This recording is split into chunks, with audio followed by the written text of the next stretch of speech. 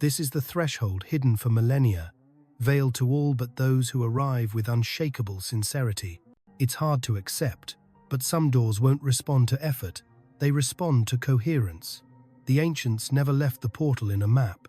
They installed it in your breath, in the soft drum of your chest, in the space behind your brow where a tiny spark rehearses sunrise. Egypt called it a gate of light. India recognized it as a bindu. Tibet guarded it as a secret chamber where sound becomes geometry. I still remember the first time I felt it, as if a forgotten bell from childhood rang inside my sternum, and the dust of years lifted in one exhale. Modern science hints at why a myth could be true. Your vagus nerve is a braided river, and sound is the rain that swells it. When you hum, the nervous system reorganizes, heart rhythm steadies, cortisol loosens its grip, attention gathers.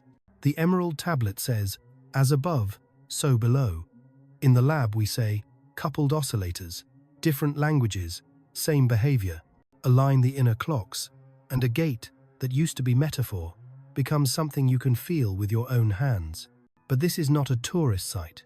There are prerequisites: the humility to show up as you are, the discipline to follow simple instructions without decorating them, and the courage to allow silence to answer you back.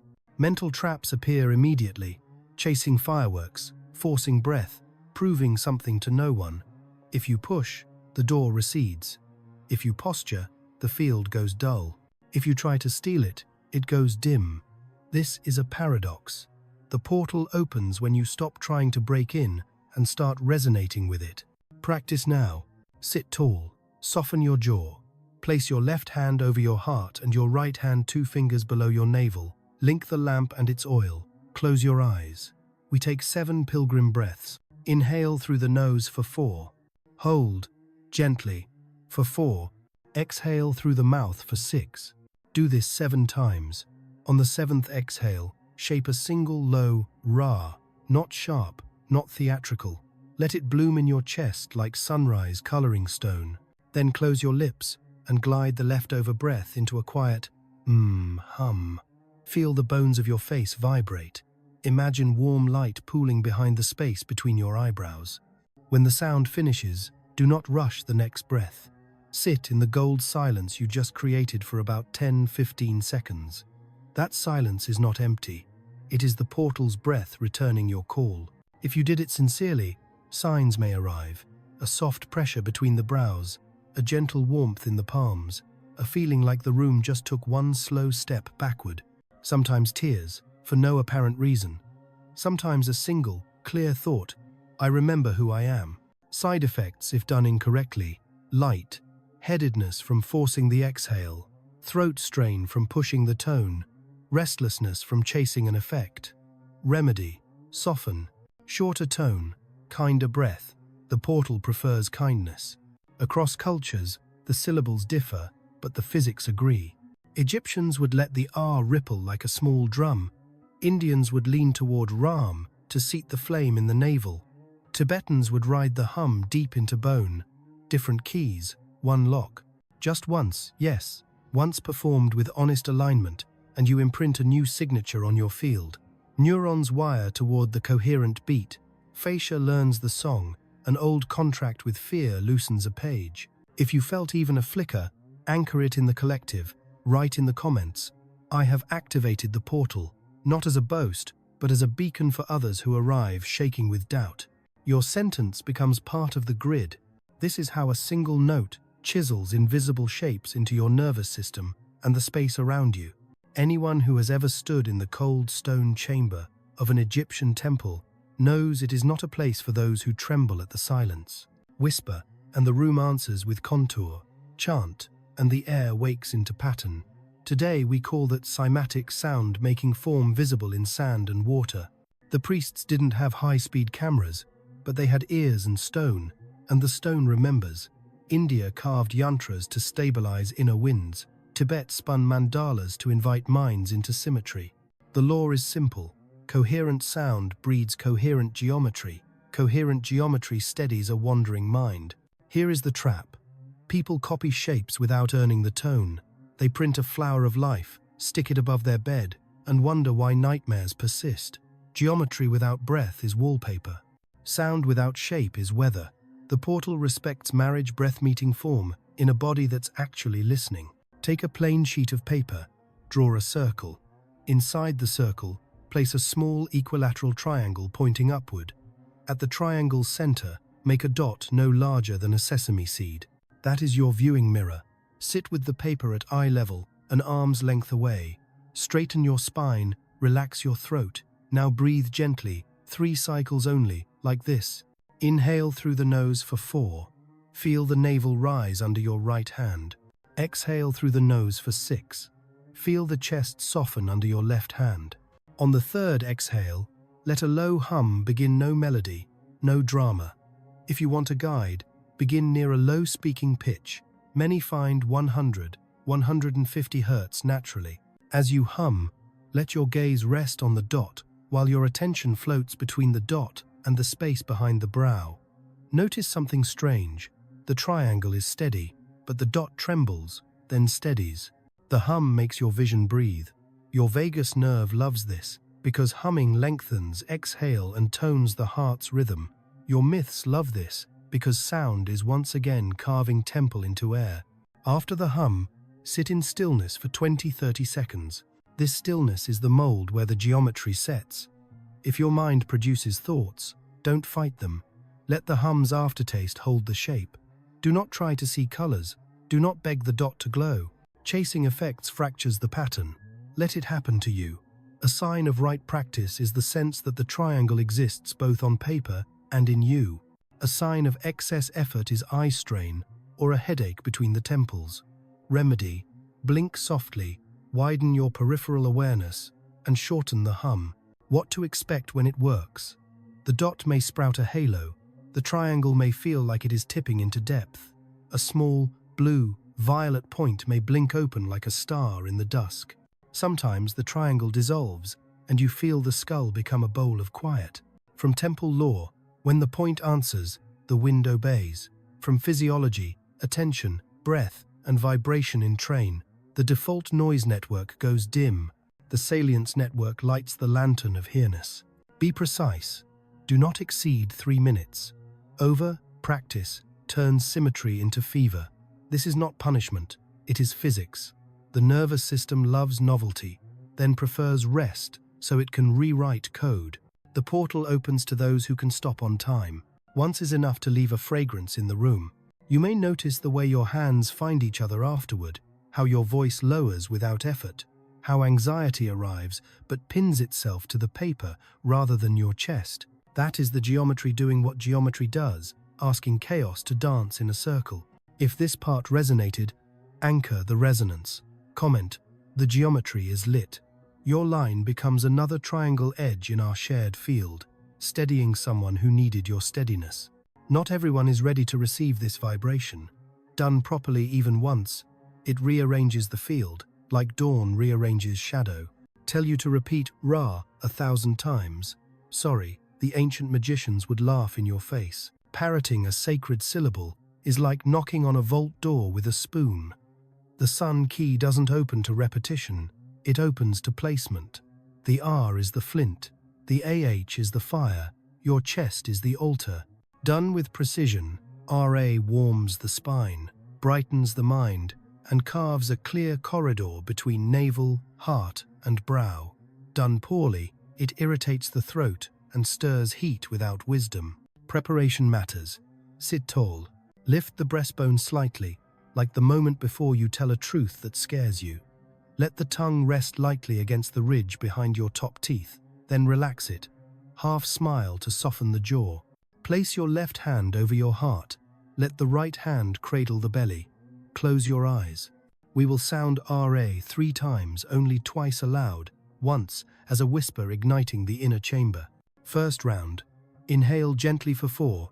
On the exhale, let Ra emerge on one continuous breeze. 2 to 3 seconds start the R soft, a feline purr, then open the AH so it fills the chest. Imagine sunlight touching the ribs from the inside. At the end of the tone, swallow once to signal the body that we are done. Then sit in silence for the next natural inhale.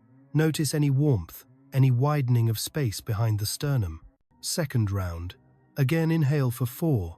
On the exhale, place Ra lower, like you are painting the back wall of your heart with gold. Let the lips stay tender. Do not push volume. At the end, do not analyze. Wait in quiet for 1 breath.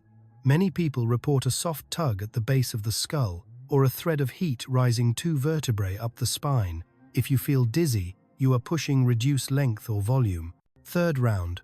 Whisper only. Inhale for 4.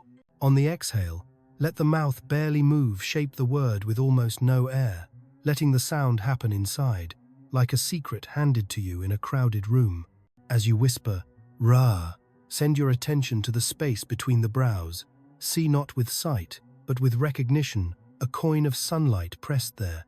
When the whisper ends, count silently to 12 in a slow, kind rhythm. That pause is the hinge on which the door swings. Stop. 3 is the law. More is greed, and greed cooks the nervous system. The side effects of excess are agitation, dry mouth, scattered attention.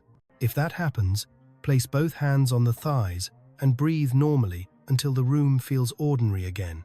Eat something grounding. Touch the floor with your palms.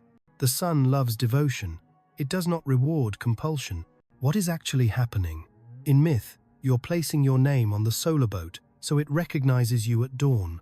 In physiology, you're tuning your breath sound to a vowel that widens the pharynx and vibrates the chest cavity, sending friendly signals up the vagus highway to the brainstem. The limbic weather shifts. Anticipation quiets. A corridor of attention opens. Egyptians would carve Ra into stone because stone remembers. You carve Ra into breath because breath remembers faster. Cross-cultural echoes matter. Ram, in India, anchors the flame in the navel. Am, in Tibet, rounds the edges of fire with infinite sky. Even the sacred name in desert traditions hides the AH, like a bird tucked behind 4 letters. The point isn't to mix paints until you get brown. The point is to recognize that the human instrument is ancient, and vowels are its master keys. The first time I did this with precision, an old grief rose like a tide that knew my name. I didn't drown, I steered. The warmth in my chest didn't burn. It clarified. I walked outside, and the world had edges again, crisp, kind, undoctored. You might feel none of that, or all of it, or something quieter, a single breath that refuses to end in anxiety. That is enough. Just once, with right placement, imprints the corridor. Your body will know how to find it tomorrow, with half the effort. If this unlocked something, speak the password into the commons. Comment, "The sun has moved in me." Your sentence will warm someone else's winter the way a window warms a room. This is not a place, it is a space that forms inside you when all sound has just finished, and nothing dares to speak. Silence is a weapon, a womb, a mirror. The ancient initiates new. The true portal doesn't respond to noise, it listens for your silence. Not the absence of sound, but the absence of resistance. In Egyptian temples, before any ritual began, the aspirant was left alone in the stone chamber, not to chant, not to pray, just to listen. If the inner noise was louder than the stone's stillness, they were sent away. In Tibet, a monk sits in a mountain cave for 49 days, no mantra, no scripture, just watching the mind rattle until the wind of thought runs out of breath. In India, it is called mourner sacred silence, not muteness, but resonance without friction. Modern people panic at silence. They mistake it for absence, but silence is presence undressed. Have you noticed? After a deep chant, there is a gap, half a second, where the whole room holds its breath. That is not empty space. That is the still echo, the vibrational residue that tests your readiness. Try this now. You will need one sound, and then one silence. Step 1. Inhale deeply and exhale with a soft ha sound, letting it float like steam in winter air. Make it warm, slow, and about 4 to 5 seconds. Step 2. When the sound ends, do not breathe in right away. Let the silence hold you. Let the lungs remain empty, but the awareness full, just for 3 seconds. Then inhale gently and return to your natural breath. Repeat this process 3 times only. On the third silent hold, Let your awareness press into the silence like a finger on glass. There may come a pressure in the ears, a sudden memory, or even tears. These are echoes, unfinished notes, rising from the past to meet the stillness. Here is the danger. If you chase the echo, it runs. If you label the silence, it vanishes. If you sit with it, it teaches. Side effects of poor practice: anxiety, mental chatter, restlessness. Solution: reduce the length of silence to 1 second. Or hum a single tone and end it quickly, sitting with just a heartbeat of silence. Train yourself in small doses. The deeper the stillness, the more unhealed voices will rise. Don't fight them. Witness them as passing clouds. What happens when it works? You may feel a sudden drop inside the chest, like the floor of your being just opened. You may see a flash of light inside the brow. No source, no reason.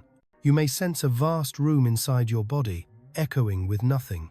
This is the chamber. It opens when you stop knocking. It teaches when you stop asking. I remember the first time I entered this state properly.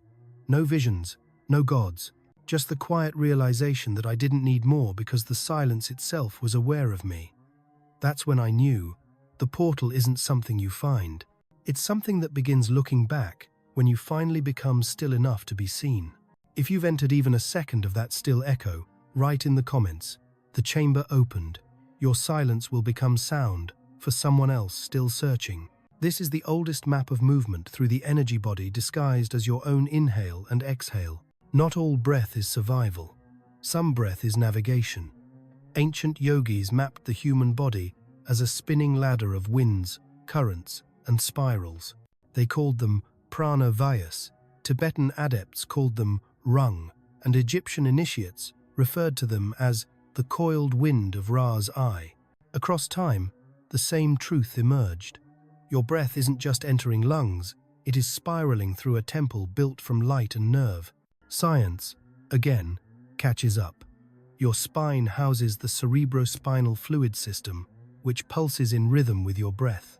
When you inhale deeply and slowly, the fluid spirals upward like a tide drawn by the moon. This movement bathes the brain in life, oxygen, electricity, nutrients. But here's the secret. When your breath moves in spirals, your mind begins to organize around center. The noise stops orbiting anxiety. It starts orbiting stillness. But the trap? Most breathe flat, a mechanical exchange, top-heavy or shallow. Flat breath builds flat thoughts. To access the alchemy portal, we must return to the spiral. Let's do it. Sit tall. Let your eyes rest half-closed or gently unfocused. The spiral breath practice. 1. Inhale through the nose slowly for 5 seconds.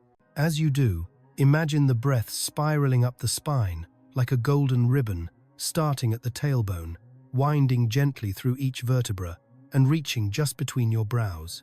Don't force. Visualize gently. 2. Hold the breath for 3 seconds, imagining the spiral pausing at the third eye, pulsing like a quiet sun. 3. Exhale through the mouth for 6 seconds, letting the spiral expand outward from the forehead, bathing your body in soft light, dissolving tension like fog under morning sun. 4. At the bottom of the breath, pause for 2 seconds. This is the sacred gap, the place where transformation breeds. Repeat this spiral cycle 3 times. As you do, keep the body still. Let the breath be the only motion. Let the mind become like a hawk, riding the wind, effortless attention, curved and free. The first time you do this, you may feel disoriented, as if space is folding inward. That's the effect of organizing your energy along the spine.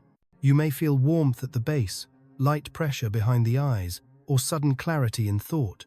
If you feel dizzy or anxious, stop immediately and breathe naturally for 1 minute. You may be rushing the spiral. Spiral breath isn't a tool, it's a dance. You'll know it's working when your awareness shifts from breathing to being breathed. As if something else, something older, has taken the reins for a moment. That presence is not imagination. It is the intelligent current that runs through the breath of all beings when they remember they are more than a body. In legend, the breath spiral was the first movement after the silence, when the cosmos began spinning itself into time. In your body, it is the bridge between structure and spirit. One spiral breath, done correctly, can rewrite a wound. One spiral breath, held gently in the gap, can become a vow to your future self. I once used this breath before entering a room that terrified me. I walked in not as armor, but as spiral. Everything softened: people, space, fear. The breath had braided something around me that I couldn't see, but they felt it. This is not fantasy.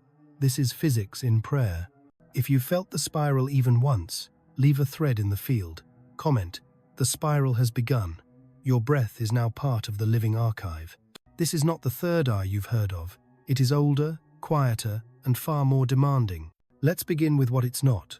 The inner eye is not a flashlight to see visions on demand. It is not a trick for seeing colors or spirits or flashing lights in meditation.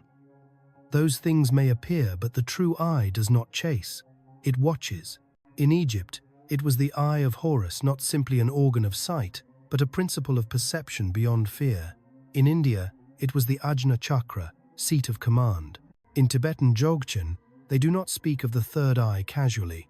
They refer to the natural state Rigpa as an ever-present clarity beyond effort. And modern neuroscience?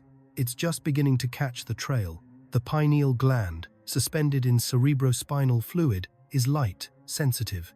Yes, inside your brain, there is an eye-shaped structure that can detect light. But this is not a flashlight, it is a mirror. Here is what they won't tell you. The eye opens not when you seek, but when you stop running. And when it opens, it doesn't show you other realms. First, it shows you yourself, unfiltered, untamed, unfamiliar. And if you flinch, it closes. I remember my first true opening. No colors, no visions, just the uncomfortable awareness that I had been pretending to be calm, and the eye saw through it. In that moment, it was as if I could no longer lie, not even to myself. I wept not from pain, but from the weight of all I had hidden from my own awareness. That's when I knew, this is not a toy. This is a vow. You want to activate it? Here is the ritual of the watching eye. Sit comfortably in a quiet space, preferably facing east, the direction of first light. Spine long, hands resting in your lap, palms up, one atop the other. 2. Gaze at a candle flame or a single point on the wall for 1 minute. Steady your gaze, but do not strain. Just observe. Let the eyes begin to tire naturally.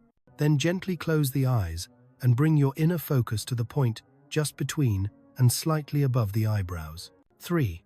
Inhale slowly through the nose for 4 seconds. Hold for 2 seconds. Exhale through the nose for 6 seconds. Do this 3 times. 4. Now whisper 3 times. I am willing to see. Not with force. Not as a command. As a confession. Then let the breath be natural. Let the awareness rest behind the eyes, in the dark room where no images yet live. Just wait. Watch the watcher. Sit for at least 3 minutes, eyes closed. If images come, fine. If thoughts come, fine. Do not follow. Do not interpret. Let the eye do what it does best, observe without judgment. Signs of true activation. Asterisk. A gentle pressure or pulsing at the brow center. Asterisk. A sensation of being watched, but not from outside. Asterisk. A sudden memory surfacing out of nowhere. Asterisk. A moment of deep, unfamiliar stillness, where even your thoughts pause in reverence. Warnings. If you push to see something, you create distortion. If you crave psychic visions or try to force colors or messages, you will fall into the trap of illusion Maya. The inner eye opens only to the honest and still. If you feel overwhelmed, ground yourself, touch your feet to the floor, splash your face with cool water, or chant Lam, the root sound, to reconnect with the base. The law says this: when the eye opens, nothing can be hidden, and that includes all the masks we wear before ourselves. But once it opens, even once, you will never again mistake surface for truth. You will look into the world and see depth. You will feel when someone lies, when something is off, when a place holds memory, not as a trick, as a side effect of knowing yourself. You become a being who watches through silence, who speaks only after listening to what the inner eye has seen.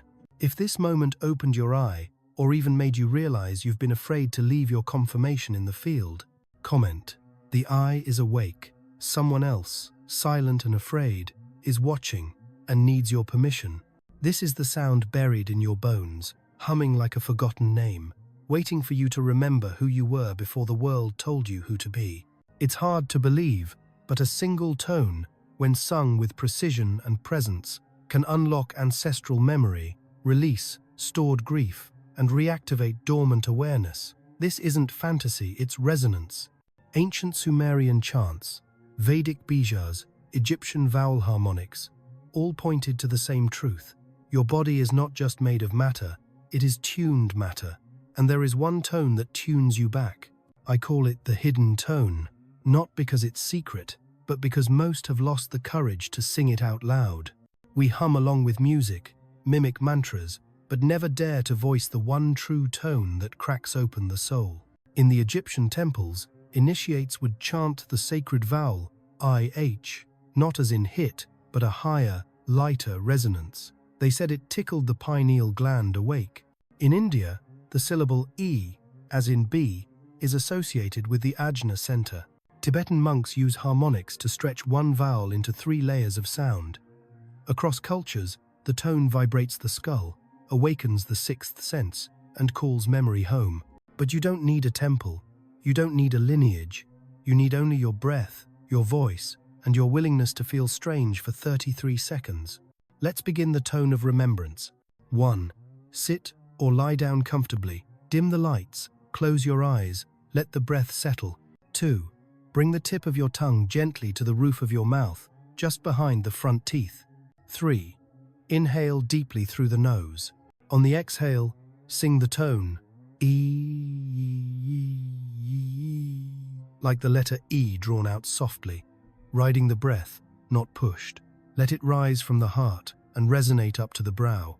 Let it be thin, high, and pure. Keep the jaw relaxed. Sustain it as long as naturally possible, then rest. Breathe normally. 4. Repeat 2 more times. 3 is the gate. That's it, but watch what happens. You may feel asterisk, a vibration in the nose bridge or center of the forehead. Asterisk goosebumps.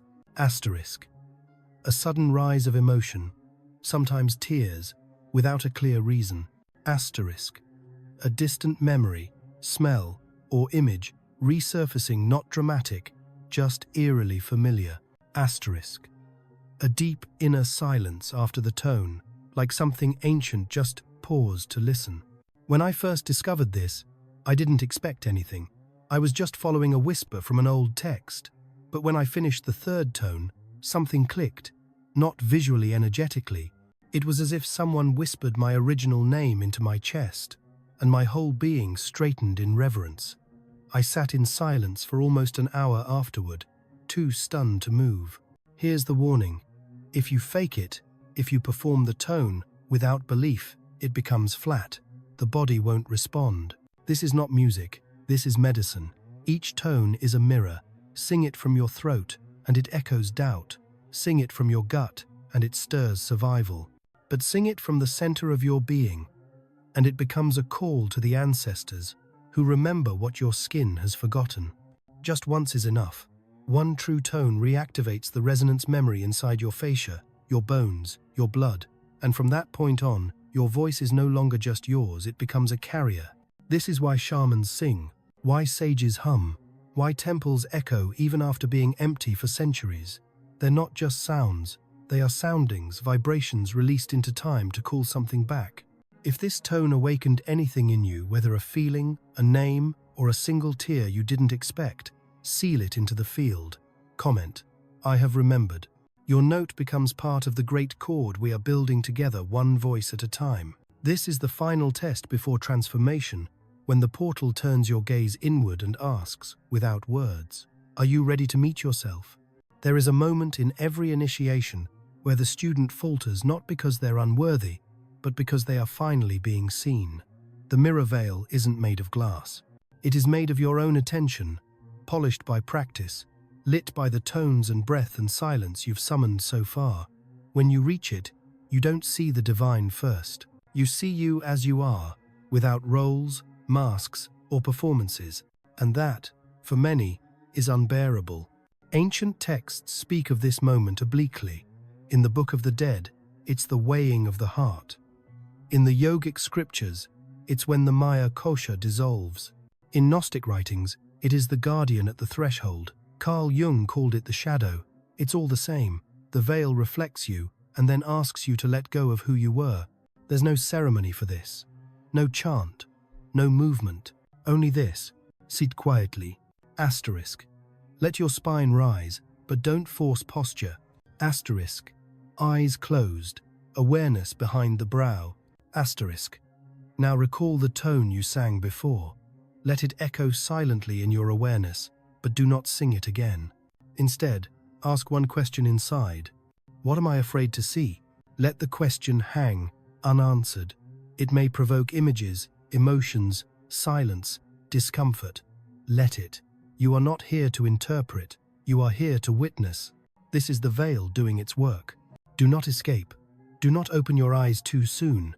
The longer you sit, the more the veil starts to shift, not to reveal something else, but to transform what you see. The truth? Most turn away, not because they're weak, but because this mirror doesn't flatter. It shows the unexpressed grief, the old agreements you made to be small, the parts of you locked away in childhood because someone told you they were too much. This is not punishment. This is preparation. I still remember my first veil moment. I expected light, visions, transcendence. Instead, I saw a younger version of myself, eyes wide with terror, whispering the words, "I'm not safe here." Not a vision, an echo, a part of me trapped in time, waiting. I wept for her. Then something opened. Not grand, not glowing, just real. Like the lock had clicked open, and I was finally home in my own skin. And then, only then, did the portal shimmer. Warning signs. If you feel overwhelmed, dissociative, or panicked, open your eyes, touch something physical, ground yourself. This practice is powerful, but it is not for the unstable moment. Always return with care. Signs the mirror has thinned. Asterisk. You feel more raw, but also more steady. Asterisk. Old memories rise not to haunt, but to be released. Asterisk. You feel the urge to journal, move, or make something. Asterisk. You're no longer as interested in impressing anyone. This is where many give up, and so they loop. They find another spiritual trick, another tool, another guru, all to avoid facing what's already inside them. But if you stay, if you hold your gaze, even through the tears you pass through, and when you pass through, you don't need anyone's permission again. You are no longer performing awakening, you are being it. If you stood at the veil today, no matter what you saw, honor that. Comment, "I saw myself." Let that truth ripple outward. Someone, somewhere, is trembling at the edge of the mirror. Show them it can be done. This is the place where the portal becomes physical, where the alchemy isn't just in your breath or your voice, but in your very structure. It's tempting to think of spiritual transformation as something light, etheric, above the body. But true alchemy? It finishes in the bones. If the body doesn't change, it wasn't real. That's what the ancients knew. In Egypt, initiates fasted and sat still not to punish the body but to tune it. In India, yogis held postures not to gain flexibility, but to create lightning rods for energy. In China, Taoist alchemists said, "The bones must sing before the spirit settles," and modern fascia research confirms it. The connective tissue around your bones conducts sound and electricity. In other words, your skeleton is a temple, and it has doors. The gate of the bones is the moment the energy descends. After all the tones, breaths, inner gazes, if you've done them sincerely, the portal no longer floats above you. It grounds. You may feel it as heaviness, as tingling, as stillness so deep it feels like time itself bowed down. And this is where the final resistance shows up, the fear of embodiment. Because once the sacred enters the bones, your excuses can't stay. You can no longer say, "That's just how I am." You are being rewritten. Let us go there. The ritual of descent. Lie flat on your back, on the floor, no cushion. Let your shoulder blades touch the earth. Let your legs fall open, hands by your sides, palms up. 2. Close your eyes. Inhale gently through your nose. As you exhale, imagine your awareness falling through your chest, through your spine, into your hips, down your legs, like a slow elevator of light, settling. 3. Bring attention to your sacrum, the triangular bone at the base of the spine. Just place your awareness there. 4. Whisper once, "I welcome the weight of myself." Then breathe. Just breathe. Let gravity do the rest. Do not chant. Do not visualize. Just lie still for 7 minutes, as if you're allowing the earth to press the imprint of your soul back into the shape of your body. This is the gate. What may happen? Asterisk. A deep chill rising from the lower back. Asterisk. A sudden sense of heat or pressure in the joints. Asterisk. A flood of emotion without a story. Asterisk. Or nothing at all. Just a silence so thick it feels sacred. I remember the first time I truly lay on the ground, not to rest but to receive. My entire spine began to hum, not violently, but like it had been waiting for this stillness for decades, and I felt a real, not spiritual, not mystical, just real, rooted, like I had finally come home to my own skeleton. Here is the danger. Many try to rise too soon. They think the work is done because the mind feels clear, but if you rise before the energy lands, you miss the final seal. The bones must be marked, and that only happens when you stop moving. Side effects of skipping this step: burnout, spaciness, spiritual bypassing, addiction to high-frequency practices that leave the body behind. Signs of completion. Asterisk. You feel slower, but more precise. Asterisk. Your voice drops in pitch without trying.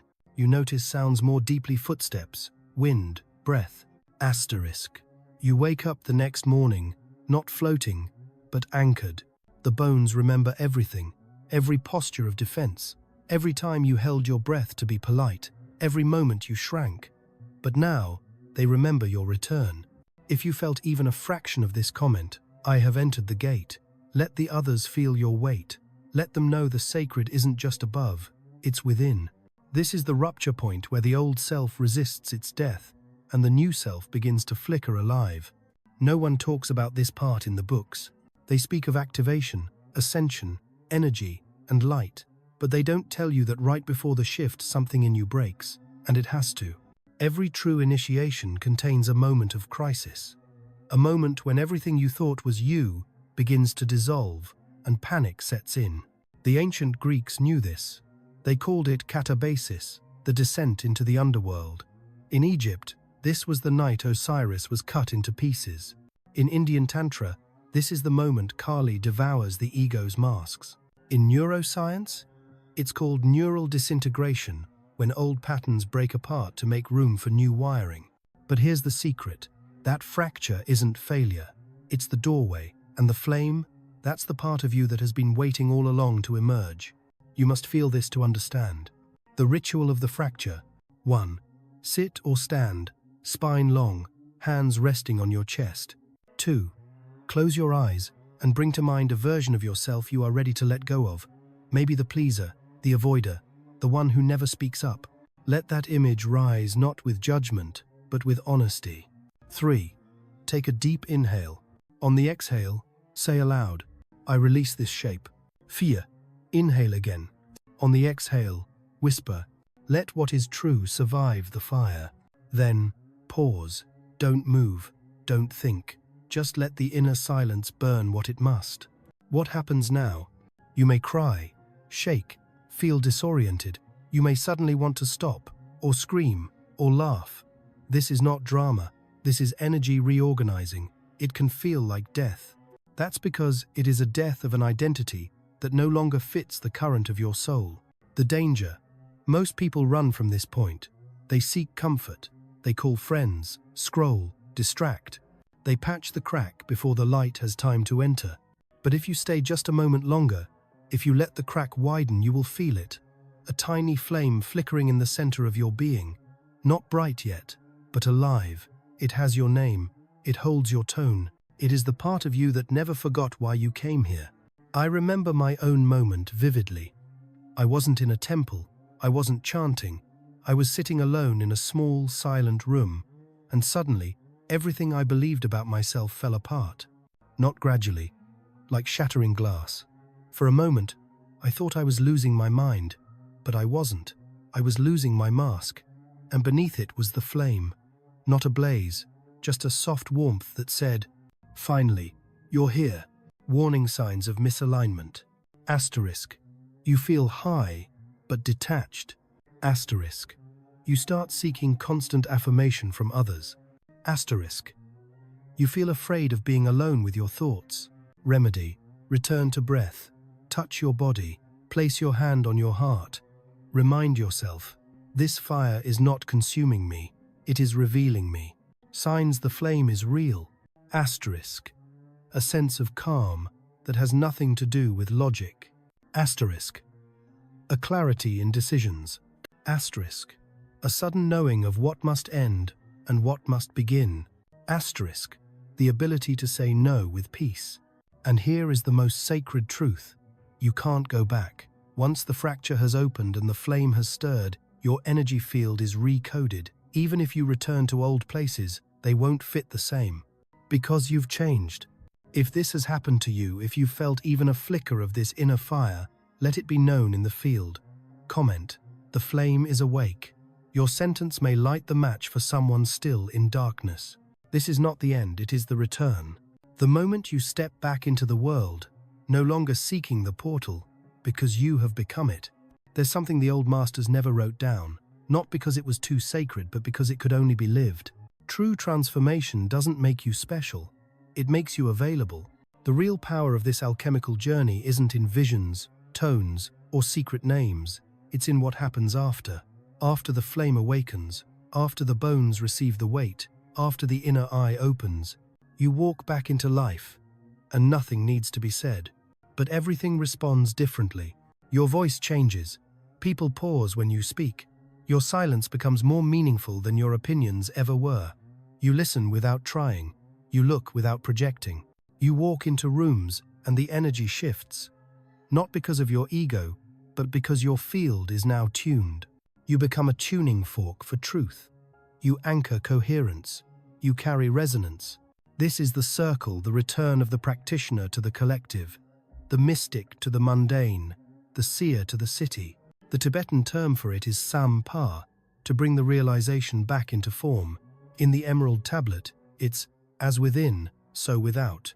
And in modern language, you've upgraded your inner software, and now every interaction is a transmission. Here's the mystery. Just as you have been tuning yourself through tones, breath, and silence, others have been tuning to you. Every sincere action you've taken during this journey has left a resonance in the collective field. That means you are not alone. You never were. And now that you carry this vibration, the field needs you to hold it. What you do now matters more than ever. Asterisk. Speak only when the energy asks for it. Asterisk. Listen, as if every voice might be your own from another lifetime. Asterisk. Rest when you feel the signal dimming, never sacrifice your coherence. Asterisk. Create not from pressure, but from overflow. Asterisk. Teach only by being. Because the portal, now, is not something hidden in a temple or buried under stone. It walks in your breath. It echoes in your voice. It sits behind your eyes. And every time you act in integrity, you reopen the gate for others to follow. This is the way of vibrational alchemy. It is not for the impatient, not for those seeking fame. But if you are still here, reading these words, you were never a seeker, you were a rememberer. A steward of frequencies once lost, a keeper of geometry carved into light, a guardian of the hidden tone, and now, a transmitter. Let your field now join the resonance of this collective. If you've felt this transformation not in thought, but in being, then write your name in the circle. Comment. The portal is within me, not for attention, not for validation, but as a seal, a sacred echo, a signal to those who are still walking in the dark. And if your breath is steady, if your voice is tuned, if your silence carries weight, then share this message. Not because we seek followers, but because we are gathering resonators, those who know that the act of subscribing, of liking, of sharing is not digital, it is ritual. It is a way of weaving your vibration into this grid. a silent yes across the field. Subscribe to this circle if you found your tone. Like this message if the portal stirred in you. Share it if you feel the echo moving outward. And write your line so that those who come after know you were here. This is the end of the written path, but the resonance, that has only begun.